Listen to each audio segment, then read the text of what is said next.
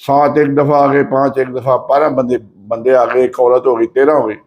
تو یہ جو 2,66,000 روپے کی ڈکیتی بنتی ہے، 13 بندوں میں کیا حصے آئی ہوگی. اور انہوں نے کہا جی میری گھڑی ہے، اس کی قیمت ہے 1,00,000 روپیہ. موبائل کا بھی ڈیٹا انہوں نے کہا جی وہ شفٹ کر لیا. تو بڑا مطلب یہ دردناک قسم کی FIR ہے. لیکن اس میں جول بہت زیادہ ہے. اللہ کے خلیل الرحمان قمر صاحب بہت اچھا رائٹر ہیں. تو امید تو یہ تھی کہ وہ جو FIR بھی درج ہوگی تو وہ سارا کچھ ملوز خاطر رکھتے تاکہ اس میں جول نہ ہو. لیکن اینی ہو یہ بڑا سیریس انسیڈنٹ ہے. لوگ بڑا پسند کرتے ہیں اس کو. ابھی آج کل ان کا ڈرامہ جنٹلمین چل رہا ہے اور وہ برمار لگی ہوئی ہے. اس پہ لوگ بہت زیادہ دیکھتے ہیں. یوٹیوب میں 1 گھنٹے میں لاکھوں افراد اس کو ڈرامے کو دیکھ لیتے ہیں اور بڑا ہٹ جا رہا ہے. اور اس سے پہلے بھی بڑا ایک ڈرامہ بنایا تھا، وہ بھی ہمایوں سعید کا تھا، وہ بڑا ہٹ ہوا. نام میرے پاس تم ہو، اس طرح کا کوئی نام تھا. تو گورنمنٹ آف پنجاب کو اس واقعے کو بڑا سیریس لینا چاہیے. ڈکیتیاں تو عام ہیں، لیکن جس طرح یہ بڑے آدمی کے ساتھ کیا گیا ہے اور جس طرح یہ بتا رہے ہیں that is too much alarming. اس طرح تو نہیں ہو سکتا. اور اس طرح اگر آپ نے بندوں کو اغوا کرنا شروع کر دیا تو اس کے بعد آپ کے پاس کیا رہ جائے گا. تو یہ اس کو بڑا سیریس لینا چاہیے.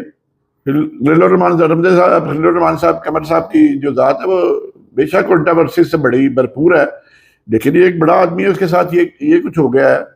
تو اس کو پنجاب گورنمنٹ کو بڑا امیڈیٹ ایکشن لے کے اب دیکھیں جی رقم ٹرانسفر ہوئی ہے، کسی اکاؤنٹ میں ہوئی ہوگی، 1 منٹ میں بندہ ٹریس کر دیتا ہے.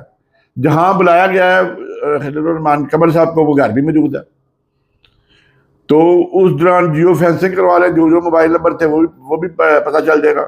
خلیل الرحمان رمدے سے خلیل الرحمان رمدے نکل جاتے ہیں ہائی کورٹ کے، سپریم کورٹ کے جاتے ہیں. تو خلیل الرحمان قمر صاحب جو ہے یہ انہوں نے فون بھی کیا، اس کا بھی ریکارڈ مل سکتا ہے. تو بندے ملزم نہ ٹریس ہونے والے کی کوئی وجہ نہیں ہے کہ اس میں ملزمان نہ پکڑے جا سکتے. اور دوسری بات یہ ہے کہ بڑے 2 استعفے آ گئے لاہور سے. شفقت صاحب نے کہا ہے کہ جی میں جو ہے آج کے بعد سیاست سے دستبردار ہو رہا ہوں. اور دوسرا ہے وہ آصف کرمانی صاحب، انہوں نے بھی مسلم لیگ کو چھوڑ دیا. تو استعفوں کی برسات شروع ہو گئی ہے. ASF کے متعلق 2 انسیڈنٹ ہوئے ہیں وہ جن پہ میں بات کروں گا اگلی ویڈیو میں. ایک تو DDO عمران ہے جو لاہور میں تھا اور جو قبضہ گروپ میں شامل تھا. اس کو ایک نہیں، اس کے 2 فورسز آئی ڈی کارڈ چھنوائے اور اس کی رپورٹ نہیں کی. اور قبضہ گروپ کی میں نے پوری ویڈیو لگا کے دی تھی کہ یہ قبضہ گروپ میں انوالو ہے. اس کا ایک بندہ تو کہیں اور انہوں نے ٹرانسفر کر دیا، اس کو گوادر میں بھیجا تھا.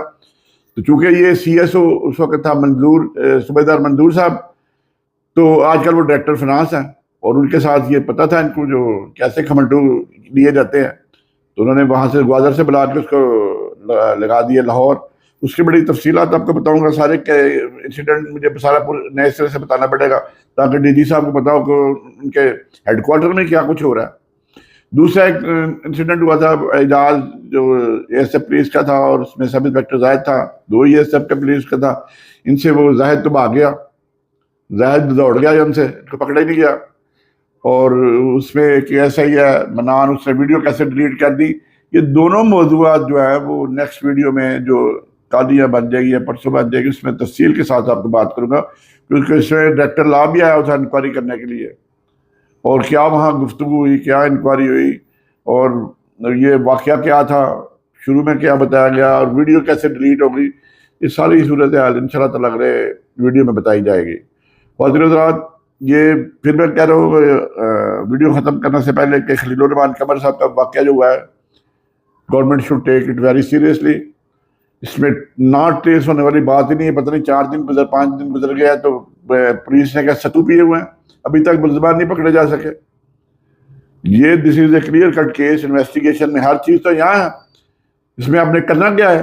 سارا کچھ تو خلیل الرحمان نے بتا دیا کہ یہ میرے ساتھ واقعہ ہوئی اور اس کی ویریفیکیشن ہو کے ساتھ بندے بھی ٹریس ہو سکتے ہیں بڑی آرام کے ساتھ. اور دن اسی کے ساتھ اجازت دیں.